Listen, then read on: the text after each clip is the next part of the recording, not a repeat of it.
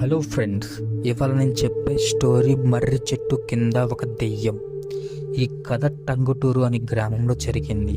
అక్కడ సీత అనే ఒక మహిళ తన 2 పిల్లలతో జీవిస్తుంది. ఆమె భర్త అనారోగ్య కారణంగా మరణించాడు. సీతనే ఆ కుటుంబానికి ఆధారం. ఆమె ప్రతిరోజు ఉదయాన్నే కూలి పనికి వెళ్ళి సాయంత్రం తిరిగి వస్తుంది. వచ్చిన డబ్బులతోనే తన పిల్లల్ని పెంచుతుంది.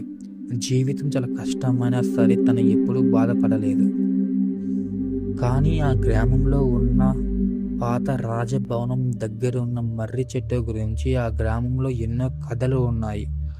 చాలామంది చెప్పినట్టు ఆ భవనంలో ఒక ఆత్మ నివసిస్తుందని, ఎవరూ ఆత్మ జోలికి వెళ్ళటానికి ఎప్పుడూ అనుకోరని, ఆ ఆత్మ అక్కడి రాజకుటుంబానికి చెందినది అని, ఎవరు ఆ రాజభవనం దగ్గర వెళ్ళటానికి ధైర్యం చెయ్యరు అని ఈ భయం గ్రామంలో గాఢంగా ముద్రించుకుపోయింది.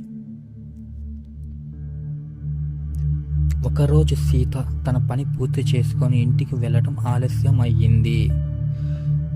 చీకట్లో దారి మార్గం సరిగా కనిపించటం లేదు. మార్గం అంతా చీకటితో కమ్ముకుపోయింది.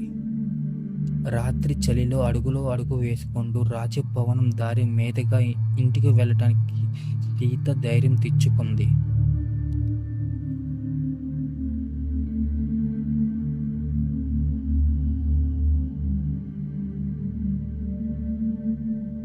ఆ రాజభవనం దగ్గరికి వచ్చినప్పుడు చల్లని గాలి ఒక్కసారిగా ఆమె శరీరాన్ని తాకింది.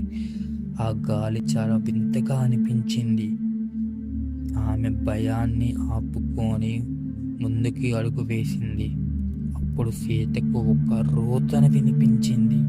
ఆ రోదన ఎక్కడి నుండి వస్తుందో అర్థం కాలేదు. చాలా రోదన వల్ల సీతకు భయం పెరిగిపోయింది. సీత ఎటు చూసినా ఎవరు కనిపించటం లేదు. అప్పుడు సీత రాజభవనం వైపు చూసింది. అప్పుడు ఒక నీడ బయటికి రావటం గమనించింది. ఆ నీడ మెల్లగా స్పష్టంగా ఒక ఆడ ఆత్మగా మారింది.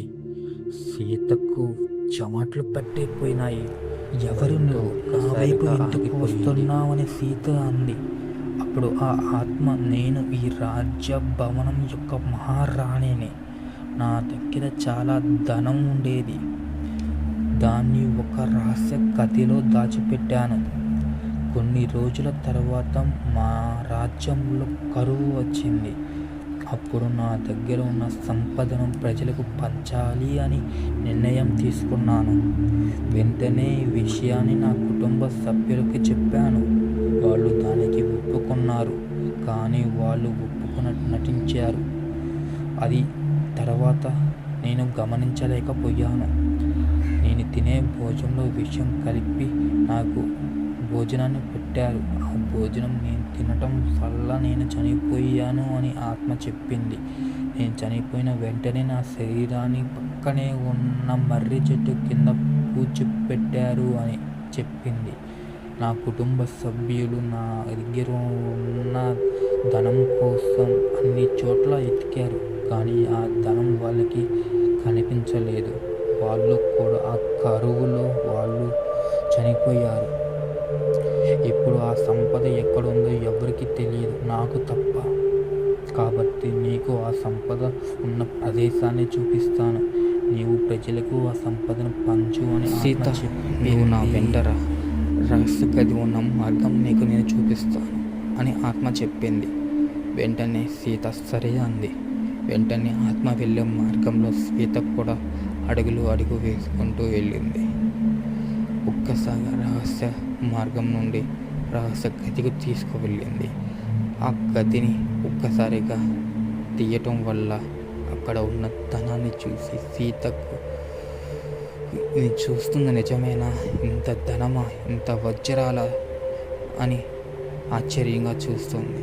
అప్పుడు ఆ ఆత్మ ఈ ధనాన్ని అంతా ప్రజలకు పంచాలి అని నిర్ణయం తీసుకున్న వెంటనే నా కుటుంబ సభ్యులు నన్ను చంపేశారు.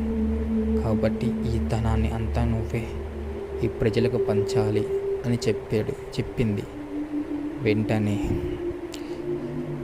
సీత బంగ్లా నుంచి బయటికి వచ్చి ఆ ఊరు పెద్ద మనిషి దగ్గరికి వెళ్ళి జరిగిన మొత్తం విషయం చెప్పి ఆ ప్రజల్ని ఆ పెద్ద మనిషిని తీసుకొని మరలా ఆ బంగ్లా దగ్గరికి వచ్చి ఆ ధనాన్ని చూపిస్తుంది. ఆ ప్రజలు ఇది నిజమేనా అని ఆశ్చర్యంగా చూస్తూ ఉన్నారు. ఆ తర్వాత ఆ వజ్రాలు బంగారం సమానంగా పంచారు. అప్పుడు ఆ ఆత్మ సంతోషంగా శాంతిని పొందింది. వెళ్తూ వెళ్తూ ధన్యవాదాలు చెప్పింది సీతకు.